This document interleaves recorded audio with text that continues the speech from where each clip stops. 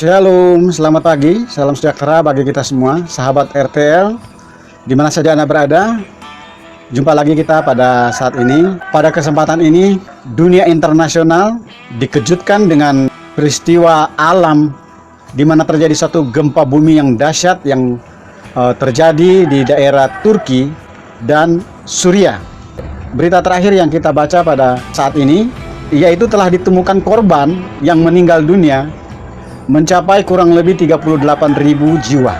Saudara, gempa bumi yang begitu dahsyat ini yang menggoncangkan Turki dan Suriah ini begitu meruntuhkan gedung-gedung pencakar langit, gedung-gedung bertingkat, karena gempa bumi ini terjadi secara berulang-ulang dan berkepanjangan, sehingga membuat fondasi daripada bangunan-bangunan ini menjadi retak dan akhirnya hancur dan tidak lagi dapat menahan bangunan-bangunan yang tinggi menjulang. Saudara, menurut berita yang sampai hari ini, dikabarkan bahwa daerah yang terdampak begitu parah akibat daripada gempa bumi ini terjadi di kota Hatay, di mana ditemukan korban yang meninggal itu lebih banyak daripada daerah-daerah yang lain. Ada begitu banyak gedung-gedung, hotel-hotel, apartemen yang bertingkat-tingkat itu mengalami kehancuran. Nah, saudara, sebenarnya kota Hatay ini adalah ibu kota dari provinsi Antakya, atau di dalam bahasa Yunani kita mengenal seringkali disebut dengan Antiok, atau kalau bahasa Indonesia kita mengenal Antioquia.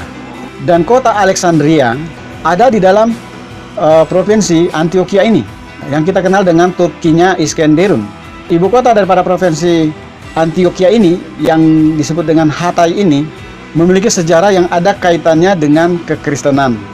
Kita mengenal di dalam Alkitab bahwa untuk pertama kalinya orang Kristen itu disebut Kristen itu di Antioquia.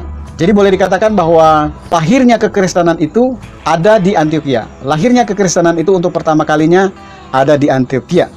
Walaupun orang percaya itu sudah ada sejak gereja mula-mula di Yerusalem, di mana lahir gereja yang pertama di Yerusalem. Tetapi pada masa itu orang belum menyebut orang yang percaya itu sebagai orang Kristen. Nanti baru pada saat di Kisah Rasul itu orang-orang menyebut orang-orang pengikut Kristus itu sebagai orang Kristen. Sebenarnya kalau kita melihat bahwa di zamannya Paulus, kota Hatay ini sebenarnya inilah Antioquia. Kalau menurut peta zaman dahulu, ya.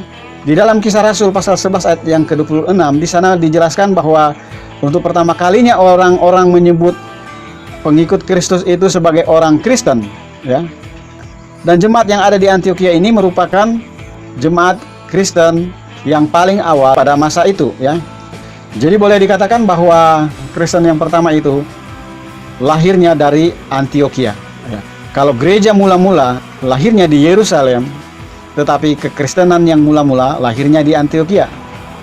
Dan kurang lebih kira-kira 300 tahun berdirinya jemaat Antioquia, kekristenan berada pada puncak kejayaannya di bawah pemerintahan Kaisar Konstantin.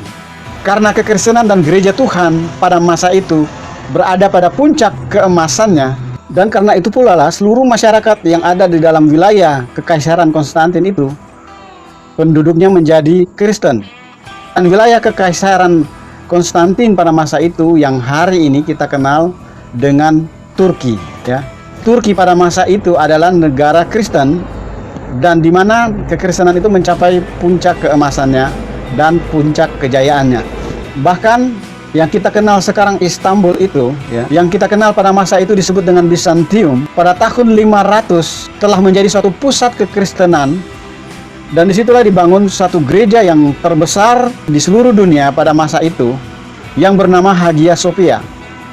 Karena kota Bizantium ini menjadi satu kota yang sangat strategis dalam penyebaran kekristenan oleh hamba-hamba Tuhan pada masa itu, karena kota itu terletak antara Eropa dan Asia. Kota Bizantium inilah yang menjadi satu tempat favorit pertemuan daripada tokoh-tokoh Kristen pada masa itu, dan kota ini pula lah yang melahirkan terjadi satu konsili gereja, lahirlah pengakuan iman Konstantinopel dan pengakuan iman Nisea. yang kita kenal hari ini. Bahkan kota ini banyak sekali diadakan event-event konsili oleh tokoh-tokoh gereja pada masa itu yang merupakan founding fathers yang menentukan dan menghasilkan kanonisasi Alkitab yang kita kenal hari ini. Bizantium yang kita kenal hari ini sebagai Istanbul merupakan kota Konstantinopel yang kita kenal hari ini adalah Turki, yang pada masa itu menjadi suatu pusat peradaban kekristenan dunia, menjadi pusat kekristenan dunia. Dan di mana kita kenal dalam kitab Wahyu bahwa Yohanes ketika berada di Pulau Patmos memperingatkan kepada ketujuh jemaat-jemaat yang ada pada masa itu sebenarnya berada di Turki sebelah barat, yaitu Smyrna, Efesus, Pergamus, Tiatira, Sardis, Philadelphia, dan Laodikia. Ya, bisa kita baca di dalam Wahyu pasal yang pertama ayat yang ke-11. Bahkan Rasul Paulus yang kita kenal hari ini banyak melahirkan gereja sebenarnya berasal juga dari Turki. Ya, dia tepatnya berada di Tarsus, daerah provinsi Mersin. Bahkan anak didik daripada Rasul Paulus, yaitu Timotius pun juga berasal dari Turki, yaitu di daerah Smyrna, kota Listra, dan bagian dari provinsi Antioquia ini, yang hari ini kita kenal dengan kota Hatay. Tetapi pada hari ini seluruh dunia menyaksikan tangan Tuhan telah dijatuhkan bagi negara ini dan daerah Suriah. Kita melihat bahwa hukuman Tuhan telah dijatuhkan untuk daerah ini. Karena pada hari ini keadaan kekristenan yang ada di Turki ini sangat memprihatinkan, sangat mengenaskan. Kenapa? Karena penduduk Kristen atau yang menganut kepercayaan Kristen pada masa ini tidak dianggap oleh pemerintah sebagai penduduk asli. Bahkan dianggap bahwa mereka ini bukan berasal dari orang-orang Turki. Kita melihat saat ini ada satu alkulturasi dan hedonisme yang sedang merajalela di kalangan generasi pada tahun 2000-an hari ini. Banyak orang Turki pada generasi hari ini telah menjadi ateisme dan menganut paham-paham ateisme. Itu sebabnya adalah merupakan pergumulan kita pada hari ini. Kita doakan Turki dan Suriah agar supaya Tuhan melawat daerah ini. Tuhan mengembalikan keadaan seperti semula ketika pada waktu Tuhan melawat Turki dan daerah sekitarnya. Kalau Tuhan melawat Turki melalui Antioquia, Bizantium, dan Konstantinopel melalui Paulus dan Barnabas, kalau kita baca dalam Kisah Para Rasul 11 ayat yang ke-19 sampai yang ke-26, adalah merupakan suatu hal yang sangat mungkin di mana Tuhan akan melawat kembali Turki pada hari ini. Saya mau katakan bahwa sebenarnya hukuman Tuhan atas Turki adalah merupakan suatu peringatan karena Tuhan mengasihi daerah ini. Ya, ketika Presiden Erdogan memutuskan untuk menjadikan gereja Hagios Sophia ini ya menjadi masjid pada tahun 2000, ada satu peringatan yang keras oleh seorang hamba Tuhan yang bernama Christian Prince telah menubuatkan dan memperingatkan pada tahun 2000 itu bahwa Tuhan akan menghukum Turki dengan gempa bumi yang dahsyat dan akan menelan banyak korban. Dan kita melihat bahwa hal yang semacam itu merupakan angin lalu bagi Erdogan dan pengalihan fungsi dari gereja menjadi masjid, yang sebenarnya ketika gereja itu dialihkan sebagai museum, dan nanti pada tahun 2000 di mana Presiden Erdogan menjadikan itu sebagai masjid. Dan pada hari ini kita menyaksikan sendiri melalui tayangan bahwa tangan Tuhan telah menghukum Turki dan sekitarnya. Untuk itu kita melihat dulu tayangan nubuatan ini, dan video ini sebenarnya sudah ada dari tahun 2000. Dan ini menjadi satu kenyataan. Mari kita melihat ulang video ini.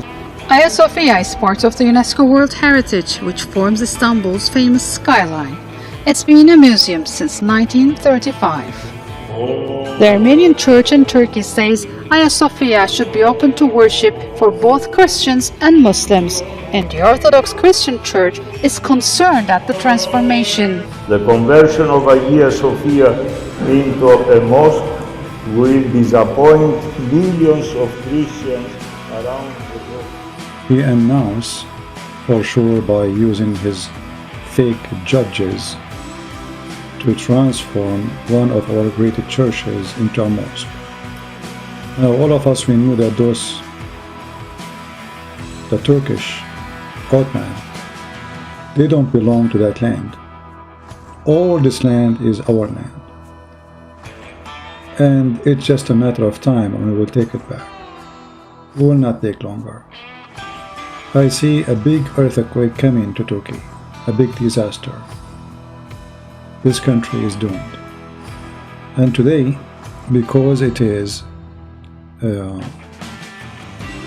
Hagia Sophia Day, even from Turkish people, who they are very upset and they are afraid of the consequence of this decision. Nah, saudara yang kasih dalam Tuhan, untuk itu pada saat ini mari kita sama-sama memiliki beban yang sama untuk berdoa agar Turki dilawat Tuhan, dan di mana kekristenan yang mula-mula itu akan kembali pulih dan Turki akan kembali menjadi negara yang percaya kepada Yeshua HaMashiach, di mana banyak jiwa-jiwa yang diselamatkan pada hari-hari ini.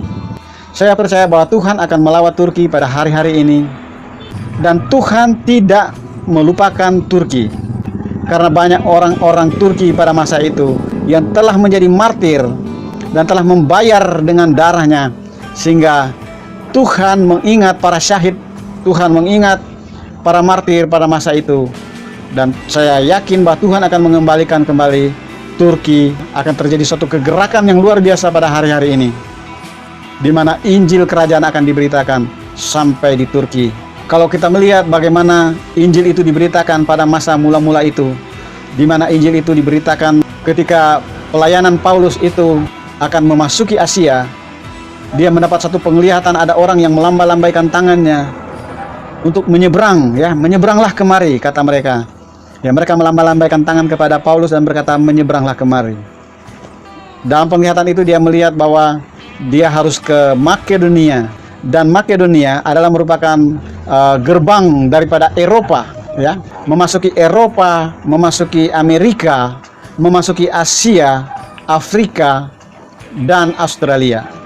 Mari kita mengambil bagian untuk berdoa bagi Turki yang hari ini telah dirubah namanya menjadi Turkiye. Kita berdoa supaya Tuhan melawat sebagaimana Tuhan melawat mula-mula daerah ini, dan kita bawa di dalam doa supaya Tuhan melawat untuk kali yang terakhir bagi Turkiye, dan menyelamatkan banyak jiwa-jiwa yang pada hari-hari ini mereka mengalami penderitaan yang begitu berat. Mereka mengalami kelaparan, mengalami penderitaan karena luka-luka, mengalami tekanan yang luar biasa karena banyak keluarga yang kehilangan anggota keluarganya. Mereka kelaparan, mereka mengalami kesusahan. Apalagi pada hari-hari ini mengalami kedinginan karena musim dingin yang berkepanjangan. Ada banyak penderitaan hari-hari ini di daerah sana, dan kita berdoa agar Tuhan meringankan penderitaan. Teriakan mereka kepada Tuhan akan didengar Tuhan, dan kita dukung di dalam doa. Lawatan Tuhan terjadi bagi Turki dan sekitarnya. Lawatan Tuhan terjadi bagi Suriah dan sekitarnya. Dan Tuhan menjangkau banyak jiwa lewat para hamba-hamba Tuhan, lewat orang percaya yang ada di sana, yang mengasihi bangsa dan negara mereka di sana. Puji Tuhan, kiranya ini mencerahkan bagi kita semua, dan kita semua bisa melibatkan diri kita sekalipun melalui doa, agar berkat Tuhan mengalir sampai ke ujung dunia dan sampai akhir zaman. Yesus memberkati kita semua. Shalom, shalom, haleluya.